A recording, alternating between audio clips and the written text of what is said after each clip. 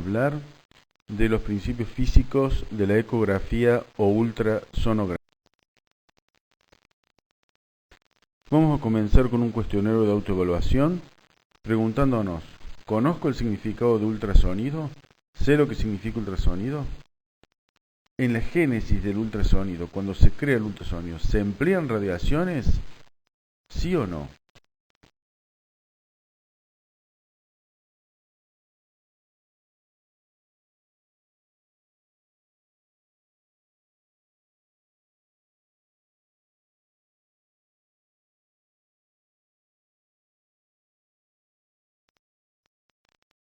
¿Existen contraindicaciones al ultrasonido o se puede utilizar en todas las edades y en todas las situaciones?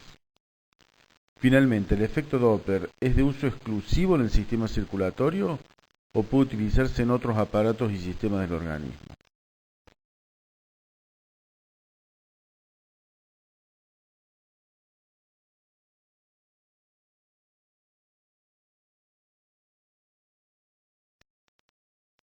A modo de objetivos, la presente conferencia pretenderá presentar el concepto de sonido y ultrasonido.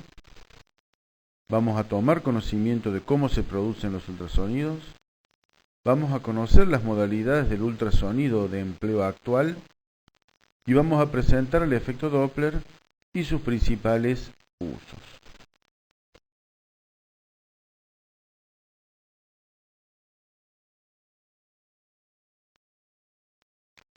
El ultrasonido es otro ejemplo de una aplicación médica derivada o sociabilizada luego de una investigación bélica.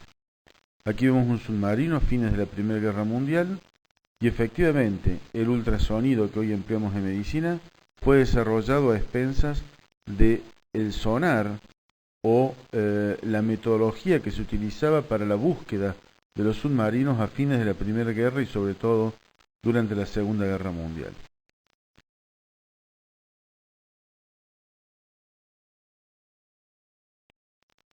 Si recordamos rápidamente los antecedentes, fíjense, el primer concepto de ondas especiales surge en el año 1700, un italiano descubre de que había algo que permitía a los murciélagos moverse durante la noche sin chocar con los obstáculos. Christian Doppler presenta sus observaciones acerca de cierta perturbación que tenía la luz y los sonidos dependiendo de los movimientos. Durante la segunda mitad del siglo XIX, los hermanos Pierre y Jacques Curie descubren las propiedades de algunos cristales, conocidos como efecto piezoeléctrico. Luego esto va a ser utilizado en la génesis de los ultrasonidos, como vamos a ver más adelante.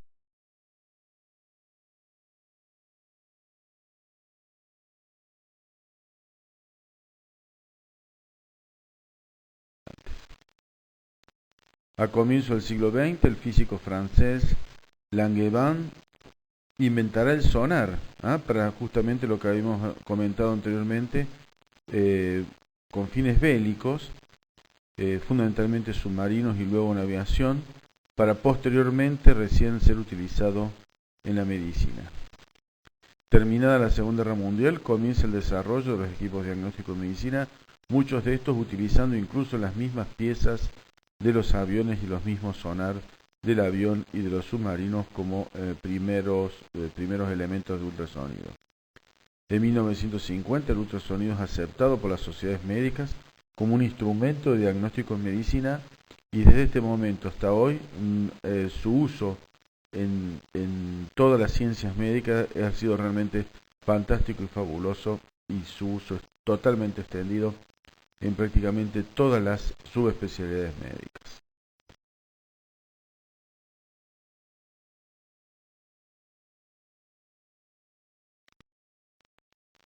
Pero bueno, ¿qué es el ultrasonido? Primero decimos que el sonido es una propagación mecánica a través de un medio molecular elástico, es decir, el sonido es una perturbación que se produce en un medio elástico, como por ejemplo el aire, el agua, sólidos, Cuando estos son golpeados de alguna manera, cuando se produce un cambio brusco de compresión y descompresión. Por ejemplo, al aplaudir, nosotros golpeamos nuestras manos y eso genera perturbaciones alrededor, comprimiendo y descomprimiendo las moléculas del aire. Esto visto en un gráfico, si graficamos las perturbaciones de compresión y descompresión de las moléculas, vamos a obtener un movimiento ondulatorio. Lo mismo ocurre cuando tiramos una piedra en el agua, vemos que existen como un movimiento ondulatorio en la superficie, no es otra cosa que esa perturbación que ocurre con las moléculas próximas, en el cual se produce este movimiento de tipo ondulatorio.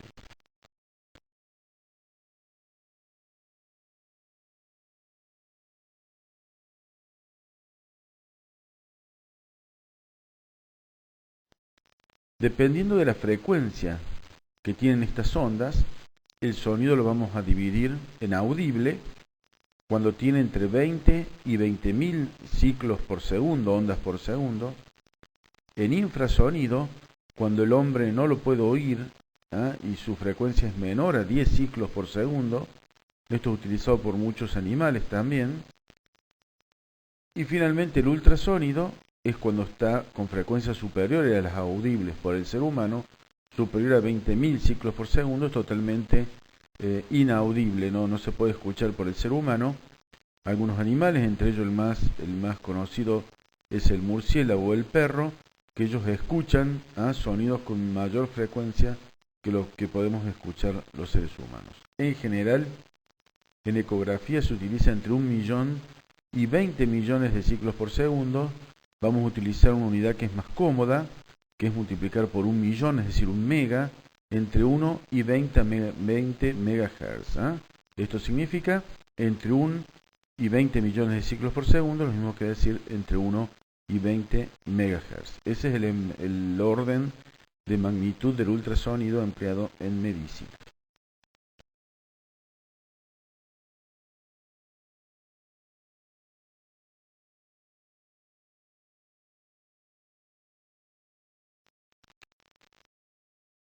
Esto es gracias a este descubrimiento que hicieron los hermanos Curie, en el cual al descubrir ciertos cristales de cuarzo, los cuales eran capaces de desarrollar un potencial eléctrico cuando eran comprimidos. Es decir, estos cristales de cuarzo, al ser comprimidos mecánicamente, al ser apretados por otros dispositivos, reacomodaban sus facetas dentro del cristal y generaban un pequeño campo eléctrico o potencial eléctrico, mejor dicho. A esto se denominó efecto piezoeléctrico. Recordemos que vamos a necesitar generar estas perturbaciones alrededor de la pieza del orden de los millones de veces por segundo. Por lo tanto, vamos a necesitar algún instrumento que sea capaz de generar esa estructura, y justamente los instrumentos van a ser cristales, cerámicas artificiales hechas con ciertas características que van a permitir justamente cambiar su forma, pequeños cambios de forma, pero finalmente van a cambiar sus dimensiones volumétricas, inducidos por un estrés eléctrico. Es justamente lo opuesto.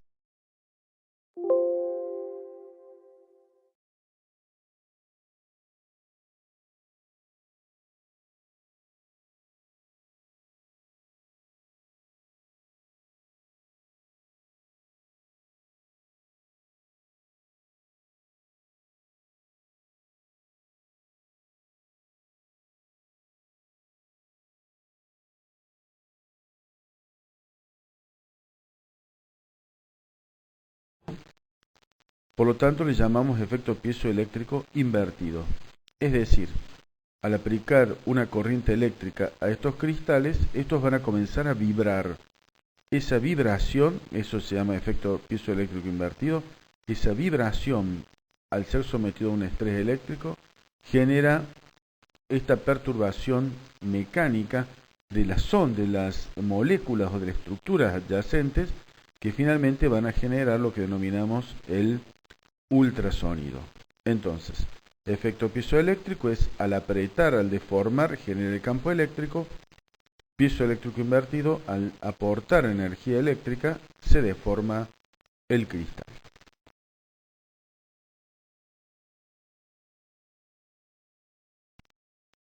Aquí tenemos en una pieza, tenemos en la posición 1 un cristal con sus moléculas desordenadas.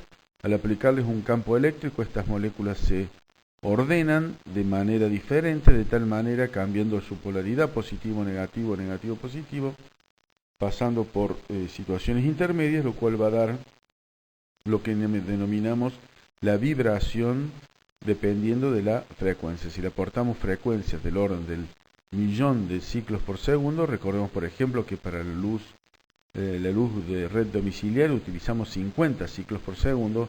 Acá estamos hablando de frecuencias de entre 1 millón y 20 millones de ciclos por segundo. Estamos hablando de altísimas frecuencias. Vamos a obtener proporcionalmente la deformación del cristal del orden del millón a 20 millones de veces por segundo.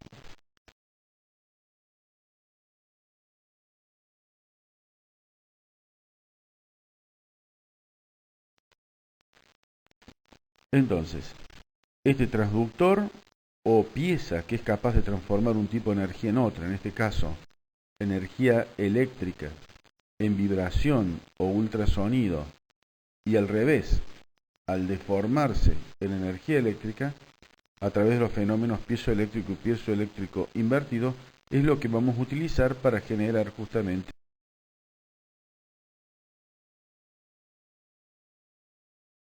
los ultrasonidos. Aquí tenemos un aparato típico de ultrasonido, donde vemos estas tres estructuras que están marcadas en rojo, constituyen a la pieza, al transductor, en cuya superficie se encuentra este cristal. Los cables que estamos viendo son los que transmiten la electricidad de ida y de regreso al aparato para enviar las ondas de piezoeléctrico invertido, deformar el cristal y generar ultrasonido, y al revés, cuando recibe el ultrasonido del organismo, deformar el cristal y formar la corriente eléctrica que finalmente va a determinar la imagen.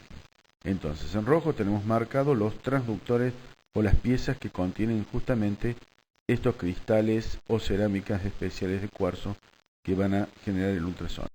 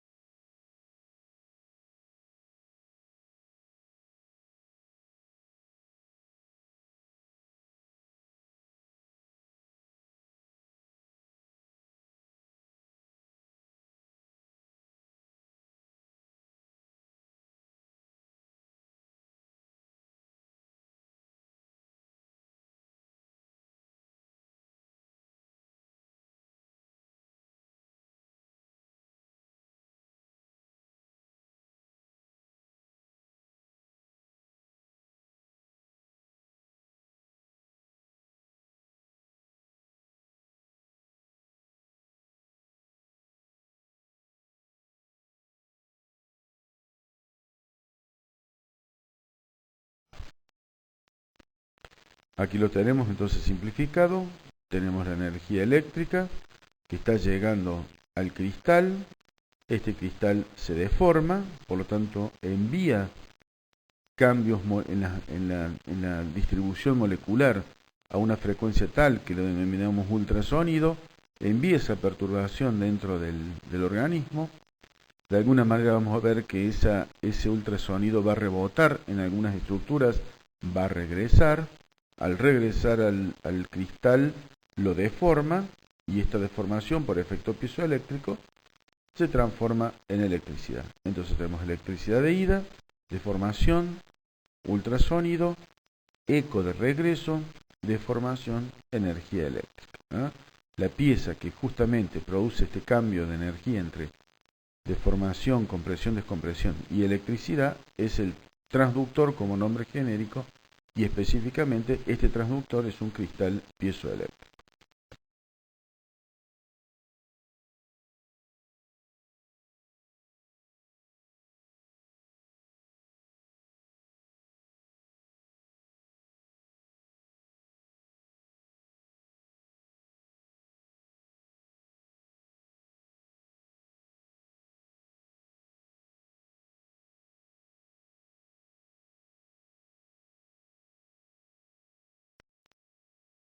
Entonces, el haz de ultrasonido penetra en el organismo.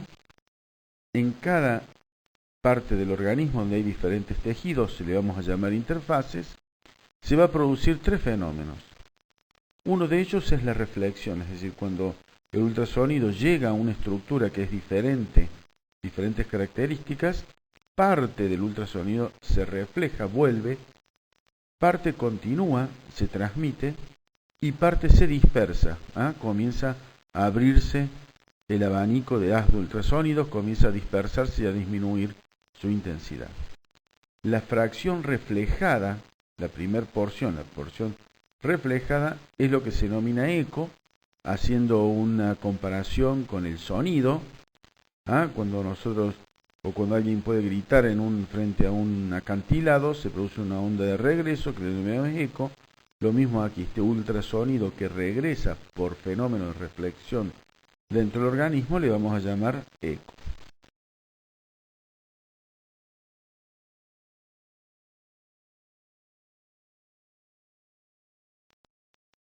Entonces, en forma de esquema, tenemos el haz incidente que va por el medio 1, por ejemplo, supongamos el tejido celular subcutáneo, llega a una interfase con un parénquima, supongamos la tiroides o la glándula hepática. Al llegar a esa interfase, parte es reflejado en forma de eco, parte es transmitido hacia el medio 2 y continúa de esa manera avanzando, y parte se dispersa, se va perdiendo la intensidad.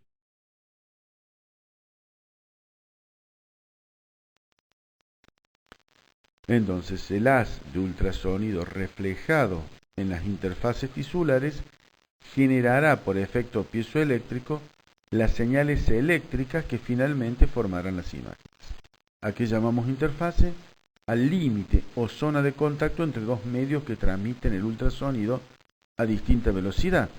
Habíamos dicho, por ejemplo, parte del parénquima entre sí, de tiroides entre sí, entre tejido sólido y un quiste, por ejemplo, entre tejidos sólidos de diferentes densidad de tejido, entre tejido fibroso y parénquimo puro, entre un vaso sanguíneo y el tejido sólido, entre el celular subcutáneo, al llegar al aire, al llegar al hueso. Es decir, cada vez que hay una interfaz, un intercambio de características de tejido, parte de ese sonido reflejado y genera lo que denominamos un eco.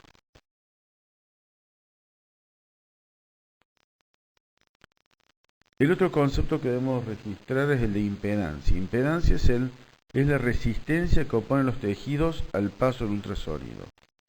Es decir, hemos dicho que el ultrasonido va rebotando y se va dispersando. El ultrasonido encuentra una resistencia en los diferentes componentes tisulares.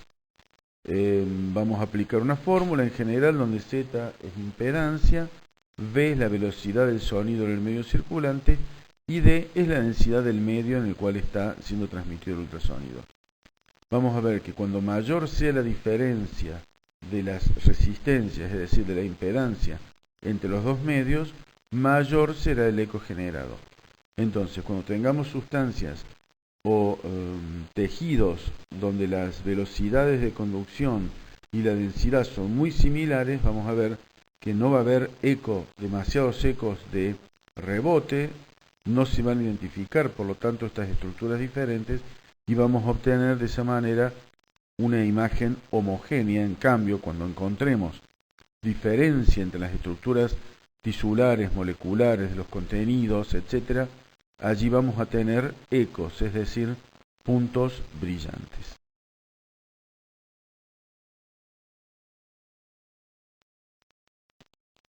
En este esquema vamos a ver, por ejemplo, diferentes estructuras, como por ejemplo la grasa, el músculo, el hueso, agua y aire, y vamos a ver la velocidad del ultrasonido a lo cual viajan estas estructuras. Por ejemplo, fíjense, entre la grasa, el músculo y el agua hay relativamente muy poca diferencia de velocidad, a diferencia del hueso y del aire. Esto va a tener una cierta implicancia que debemos recordar, ya que en las interfaces tejidos blandos, léase grasa, músculo, agua, parénquimas, hígado, riñón, etc., con el hueso o con el aire, vamos a tener puntos de reflexión total, es decir, va a haber tanto ultrasonido reflejado en estas interfaces que no vamos a tener sonido luego que sea transmitido. Esto va a generar lo que se llama las dificultades del ultrasonido, como por ejemplo si queremos estudiar dentro del cráneo en un adulto, va a haber reflexión total del tejido junto cuando contacta la tabla ósea, de tal manera que no vamos a tener ultrasonido que llegue al parénquima cerebral. Por lo tanto, es importante recordar que a velocidades relativamente próximas entre sí vamos a obtener en general las diferentes impedancias que van a ser utilizadas en diagnóstico médico.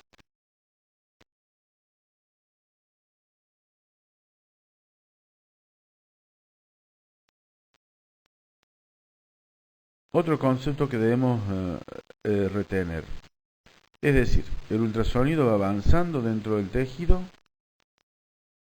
En las interfaces va a haber rebotes, va a haber reflexiones, va a haber ecos, y estos ecos van a volver hacia el aparato.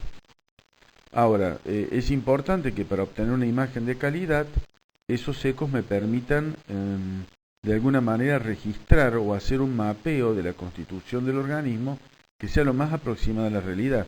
Eso le vamos a llamar imágenes que tengan resolución que me permita hacer diagnósticos precoces. Esta resolución va a depender fundamentalmente de dos elementos. El primero, muy importante, lo llamamos la resolución axial, es decir, cómo hace el aparato para saber de los ultrasonidos que van regresando, que van volviendo, cómo hace para saber de qué parte vienen, es decir, cuáles llegan de la piel, cuáles llegan del celular, cuáles llegan del músculo, cuáles llegan de los parénquimas profundos. Bueno, utiliza simplemente el uso del tiempo. Es decir, el aparato va a emitir el ultrasonido, el transductor va a emitir ultrasonido una cierta cantidad de tiempo, alrededor de, supongamos, un 10% de una unidad de tiempo determinada, y luego va a esperar los ecos. Los ecos que llegan primeros los va a considerar como próximos. Los ecos que llegan luego un poco más profundos y los que llegan los más lejos posible, los que llegan últimos. De esa manera va a poder armar una estructura en el plano en profundidad, una línea de puntos en profundidad donde cada lugar va a tener su punto en el espacio.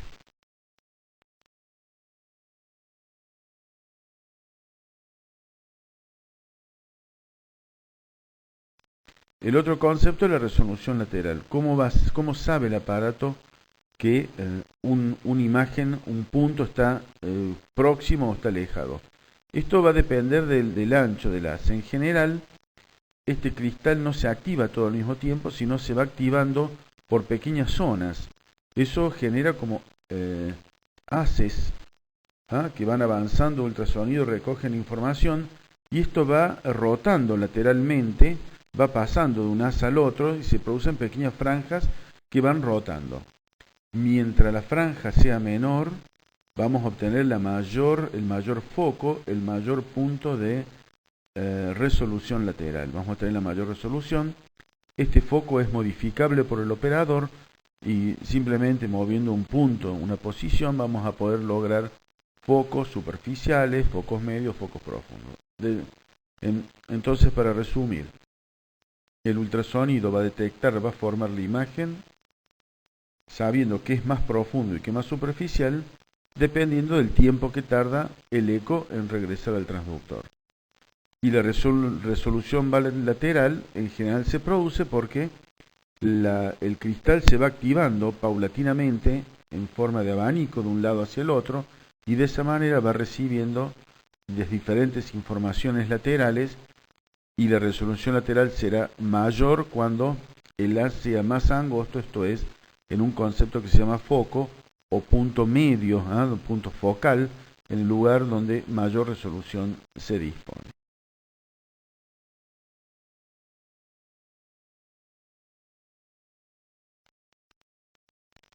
El tiempo en general, entonces, un 10% de emisión y un 90% del tiempo entre recepción de ultrasonido y tiempos neutros, en el cual no está haciendo ni una cosa ni la otra. Entonces, estos cristales piezoeléctricos se van activando secuencialmente y van recibiendo la información superficial y en profundidad, y esto va a generar finalmente una imagen bidimensional de profundidad y de derecha a izquierda o de resolución lateral.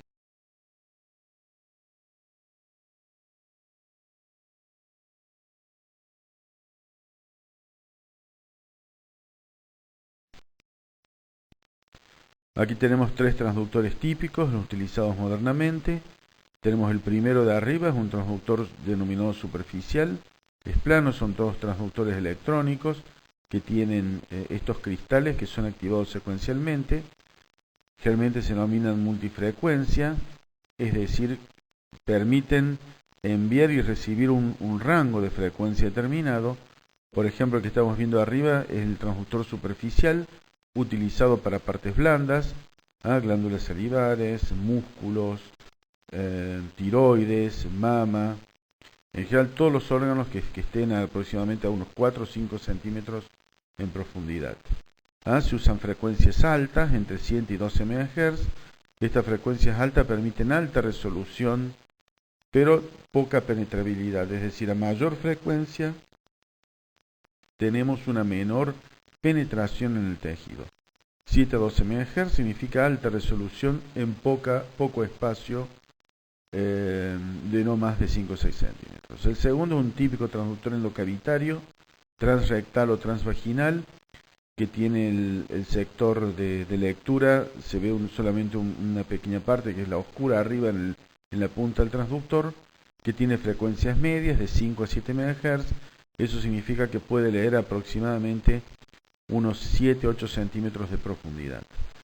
Finalmente, el tercero, el más redondito, lo denominamos convex, también tiene cristales secuenciales que se van activando lateralmente y eso permite la lectura, el armado de la imagen.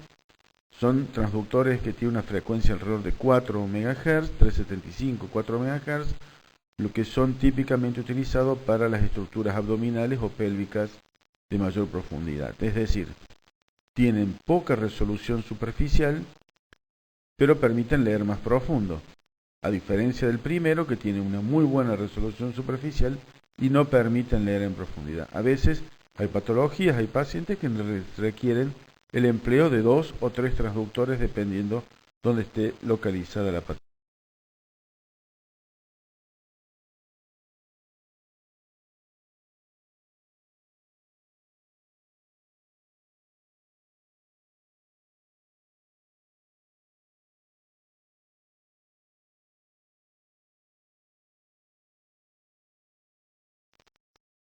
Vamos a hablar de los principios físicos de la ecografía o ultrasonografía. Finalmente, las imágenes van a ser anecogénicas, esto es cuando no se producen ecos de reflexión. Por ejemplo, cuando está pasando el ultrasonido, está atravesando estructuras que no tienen cambios entre sí. Por ejemplo, una vejiga llena, una vesícula biliar llena de bilis. Efectivamente, el ultrasonido encuentra estructuras de similar característica, no genera, por lo tanto, interfaces, no genera ecos. Entonces lo vamos a ver como una estructura negra, ya vamos a ver un ejemplo. Hipocogénica cuando atraviesas medias con escasas diferencias de impedancia. Dijimos que los ecos eran directamente proporcionales a la diferencia de impedancia, por lo tanto, si hay muy poca diferencia de impedancia de un tejido al otro, vamos a tener muy poca ecogenicidad. Por el contrario, decimos que es hiperecogénico cuando atraviesa de un medio a otro y se encuentra con diferencias moderadas de impedancia. Entonces, al encontrar diferencia de impedancia, se producen reflexiones o ecos que van a generar las imágenes. Y finalmente, la reflexión va a ser total, con sombra detrás, es decir, sin ultrasonido por detrás, que lo denominamos cono de sombra. Ya vamos a ver un ejemplo, cuando atravesar dos medios con gran diferencia de impedancia, como por ejemplo tejidos blandos del orden de los 1500 metros por segundo de velocidad, cuando llega al hueso del orden de los 3500, 3600 metros por segundo de velocidad. Eso genera una gran impedancia, una gran diferencia de impedancia, por lo tanto un gran eco, un gran retorno del ultrasonido. Por lo tanto, regresa tanto, se produce tanta reflexión que no queda ultrasonido por detrás. Lo mismo ocurre cuando de los 1500 metros por segundo de los tejidos blandos llega a una superficie con aire, por ejemplo el intestino o un absceso, algo patológico, donde en esa interfase se produce un gran eco por la gran diferencia de impedancia, generando de por detrás lo que denominamos el cono de sombra.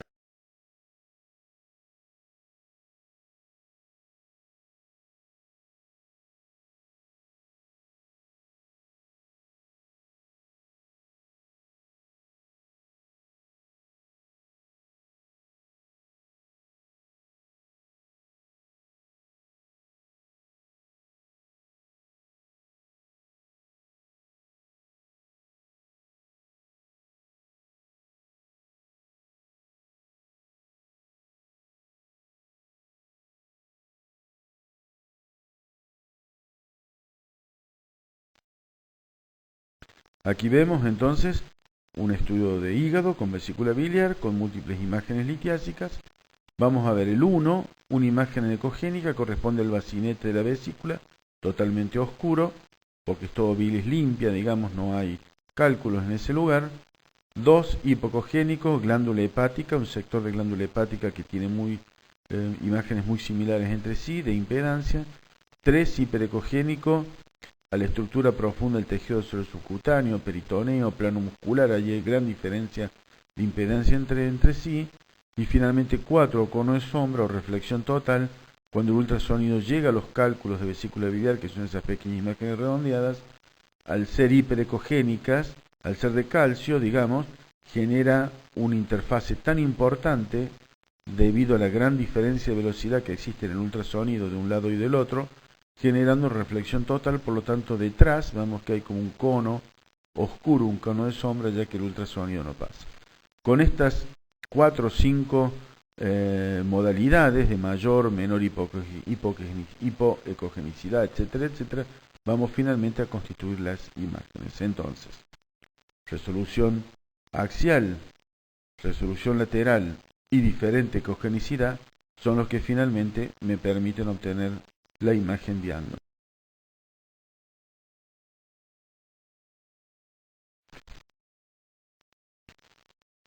Esto va a ser registrado básicamente en 3 modos y una variante que denominaremos tiempo real.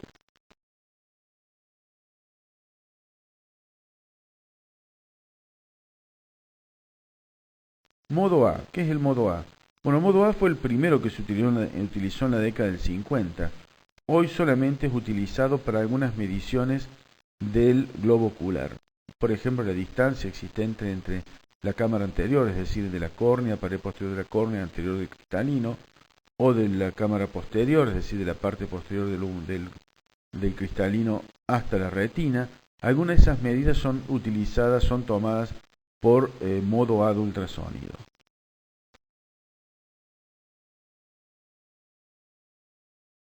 El modo B es el que se utiliza habitualmente y las imágenes que hemos visto recién corresponden a modo B. Son los modos Frillo, es decir, cuando se produce un eco es cuando hay una interfase, como hemos dicho. En la medida que tarda el eco en regresar, el aparato lo coloca como posterior o anterior.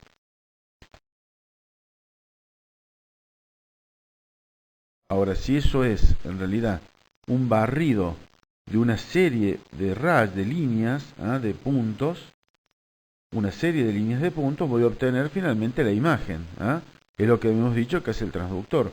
Va activando diferentes partes del cristal con diferentes líneas y eso me va a determinar las diferentes profundidades. Allí, por ejemplo, tenemos al principio el monitor con una serie de líneas y abajo cómo quedaría el modo B de una típica lesión quística.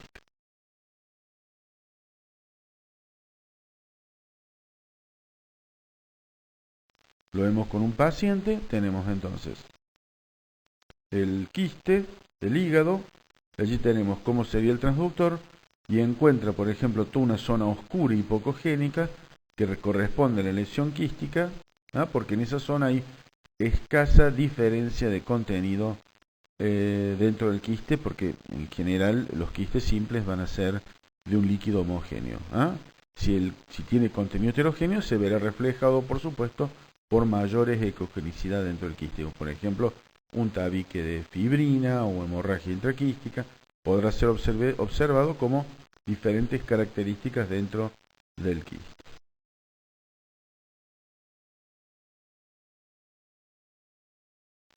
El modo M es utilizado, es un modo que se denomina de movimiento, es un haz de ultrasonido, tipo modo A, pero en movimiento, que solamente es utilizado hoy para medir estructuras en movimiento. Entonces, por ejemplo, si yo quiero medir el corazón, o medir una válvula, o medir el ventrículo, o el espesor del tabique, etc., coloco este haz de ultrasonido, es un haz, una sola línea de ultrasonido, y coloco que mida eso. Entonces me va a generar una visión en movimiento de más grueso o menos grueso, dependiendo si es sístole o diástole, y eso me va a permitir medir los diferentes diámetros y espesores. Solamente hoy es utilizado para medir estructuras en movimiento.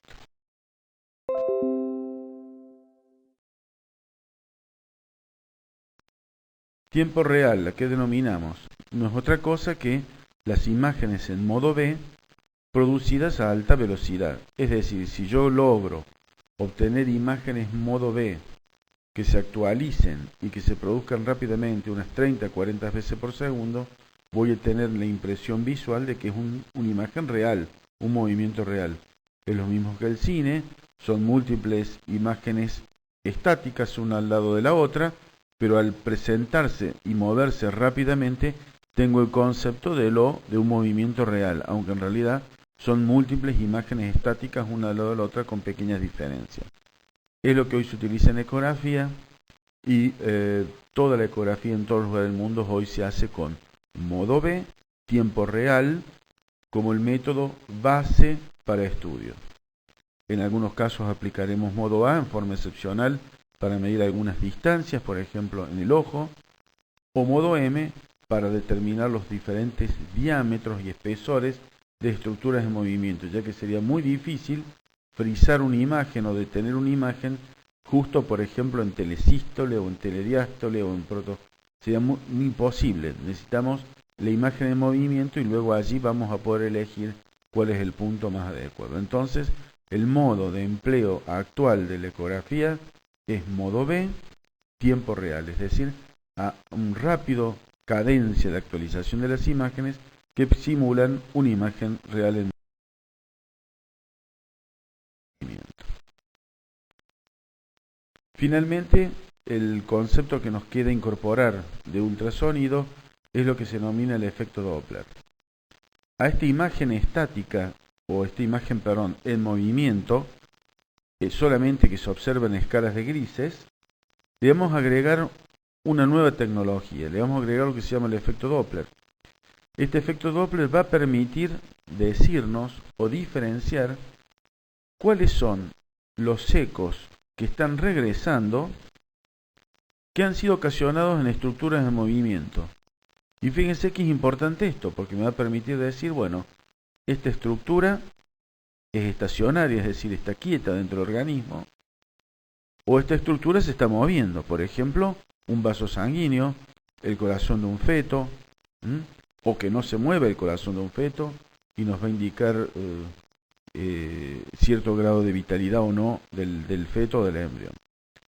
Y el efecto Doppler, ¿en qué consiste? Bueno, cotidianamente acá estamos viendo una ambulancia con dos observadores. Cuando nosotros estamos parados frente a una ambulancia que se acerca, sentimos un tipo de sonido, y cuando se aleja otro.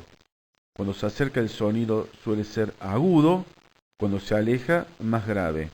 Y esto también lo vemos cuando se observa una carrera de autos o en la vida diaria en muchas situaciones.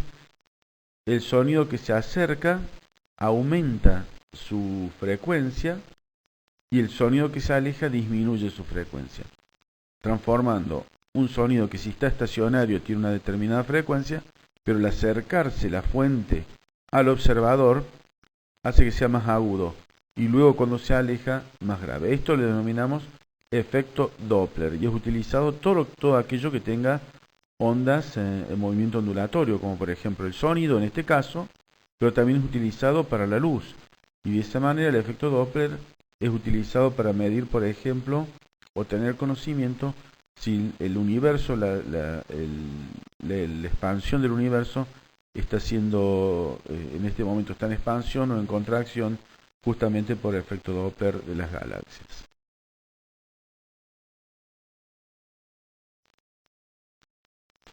¿Cómo es el efecto Doppler entonces? Acá tenemos el transductor. En la situación A está midiendo un tejido estacionario. Por ejemplo, esa esfera está estacionaria. Por lo tanto, el ultrasonido que emite y el ultrasonido que rebota, que se refleja, el eco, tiene la misma frecuencia. El aparato lo va a detectar, por lo tanto va a decir, bueno, este punto está quieto. No se está moviendo.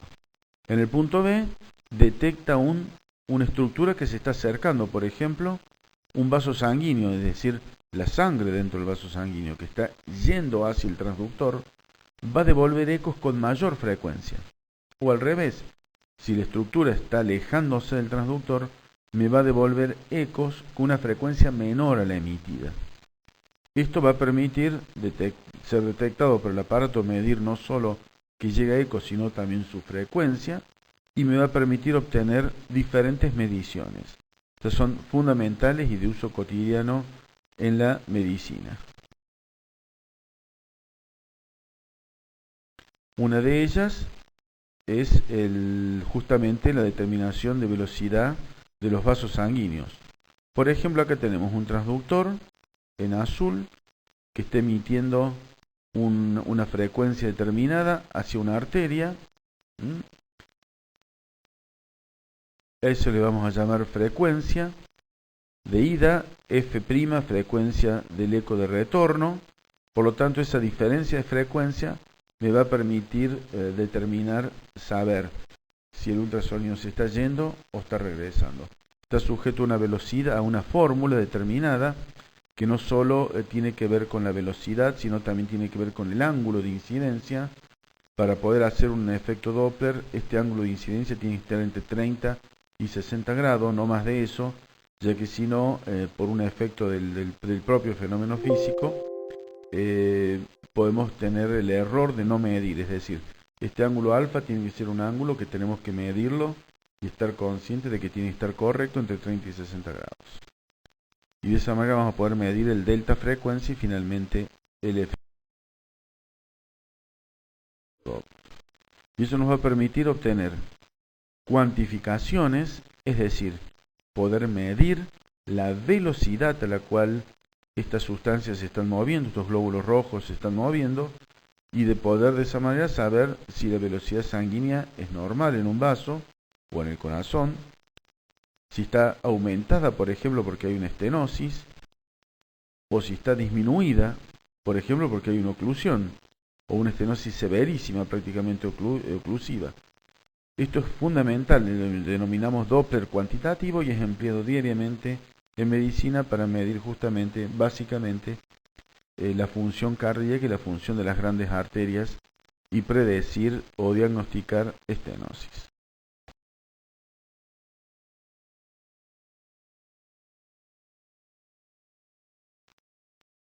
Existe otra variante que denominamos el Doppler cualitativo, en el cual esta diferencia de frecuencias de ida y de regreso son codificadas en color. Por ejemplo, si la frecuencia de rebote de eco es mayor a la emitida, el aparato lo codifica en rojo, y si la frecuencia es menor, lo codifica en azul. Y no solo podemos saber de esta manera que el vaso está en movimiento, sino hacia dónde se está moviendo. Esto es fundamental en el estudio de muchos elementos vasculares del organismo, entre ellos, por ejemplo, los flujos hepáticos portales, los flujos arteriales y venosos de la pierna, diagnósticos de varices, diagnóstico de hipertensión portal o de estenosis de vaso del cuello, etcétera, etcétera. Finalmente, el efecto Doppler no solo es utilizado en los vasos sanguíneos, si bien es el efecto principal, el uso principal, sino, por ejemplo, también podemos cuantificar todo aquello que se moviliza. Y así, por ejemplo, lo podemos utilizar para ver cuántas degluciones tiene un feto en útero y hacer algunos diagnósticos de patología intrauterina. O, por ejemplo, acá está siendo utilizado para medir el jet ureteral, es decir, saber si la vía excretora de un riñón elimina orina dentro de la vejiga, por ejemplo, y saber si está obstruido o no. Todos estos datos son gracias a justamente a la capacidad de los aparatos de detectar estos elementos que se están movilizando y ser capaz de diferenciarlo de los estáticos y asignarle un código de color. Realmente es muy utilizado en la medicina y todos los días se hacen estudios ecográficos con Doppler en diferentes partes del cuerpo humano.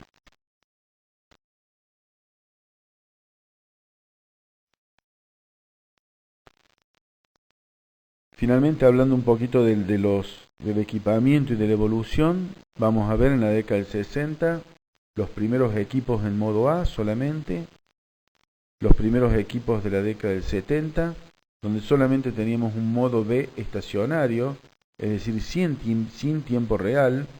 Recién en la década del 80 tenemos el estudio con tiempo real y el efecto Doppler de uso rutinario. En la década del 90 surge la ecografía 4D, o 3D, que se denominamos 4D. 4D significa que las tres dimensiones se actualizan en tiempo real.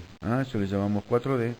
Y hoy disponemos, en la primera parte del siglo XXI, la primera década, con ecografías que permiten hacer multicortes o adquisición volumétrica de todo el cuerpo, de todo un territorio, y luego hacer cortes axiales o longitudinales una vez obtenida la imagen por completo.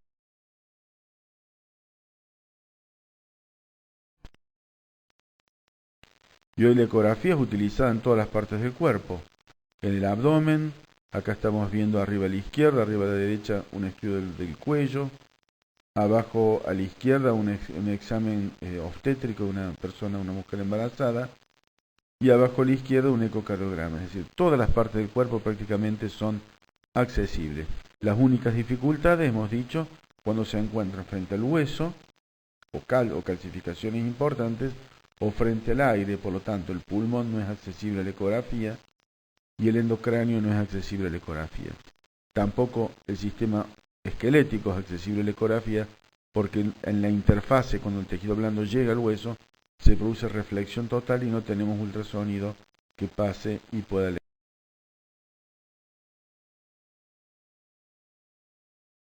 el hueso. Acá tenemos las aplicaciones típicas. Hemos visto el abdomen con la litiasis vesicular. Tenemos un examen ecográfico color del corazón. Tenemos abajo un examen ecográfico de un feto en modo 2D y 3D. Y un examen vascular de partes blandas. Por lo tanto, prácticamente todas las partes del cuerpo son accesibles. carece de contraindicaciones ya que puede ser utilizado en fetos, en embriones, en personas de todas las edades. Es el único método que carece de contraindicaciones.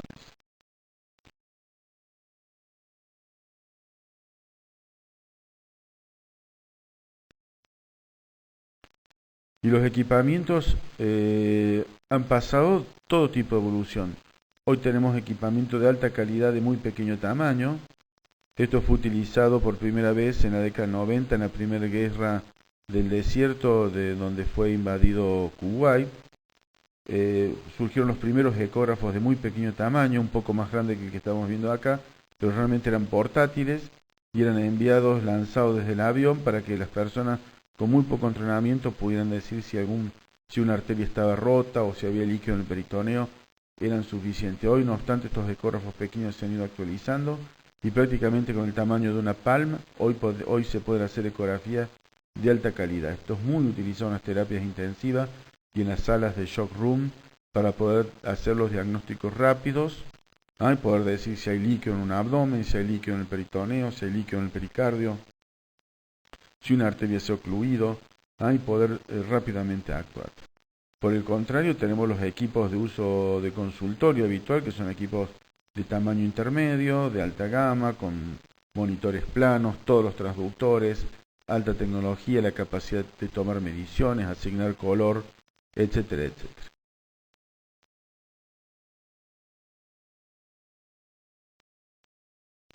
Entonces, a modo de cierre, hemos presentado el concepto de sonido y ultrasonido, diciendo que el ultrasonido no es otra cosa que el sonido no audible con mayor frecuencia que el sonido audible.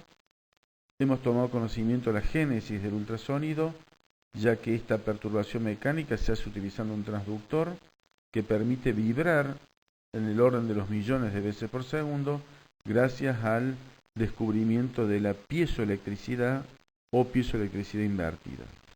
Hemos conocido las modalidades de ultrasonido, diciendo que la mayor empleada es el modo B, tiempo real, pero no obstante existe el modo A y el modo M, que también son utilizados actualmente con menor frecuencia. Y hemos presentado el efecto Doppler y sus principales usos, diciendo que es una herramienta de enorme calidad y de enorme utilidad, ya que permite detectar todas aquellas estructuras que están en movimiento dentro del cuerpo y hacer grandes aproximaciones diagnósticas en sistemas tan críticos como el vascular. Entonces respondemos las preguntas. ¿Conozco el significado de ultrasonido? Bueno, ahora sí podemos decir que sí lo conozco. ¿Conozco la génesis del ultrasonido? Es decir, ¿se emplean radiaciones? No se emplean radiaciones, se emplea electricidad. Por lo tanto, no hay radiaciones y mucho menos ionizantes en el ultrasonido. Es electricidad y es ultrasonido, digamos, fundamentalmente es sonido, ya que la electricidad es la energía transducida. Lo que llega al organismo es solamente el ultrasonido.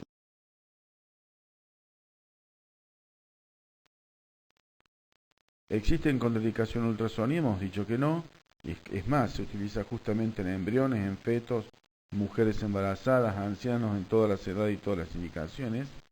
Y el efecto Doppler hemos dicho que si bien su uso principal es el aparato circulatorio, el sistema circulatorio, pero sirve para utilizar todo aquello que tiene movimiento, y dimos dos ejemplos, por la deglución del feto in útero y la determinación de jet oriterales, por ejemplo, dentro de la vejiga para poder hacer diagnóstico de oclusión de la vía urinaria.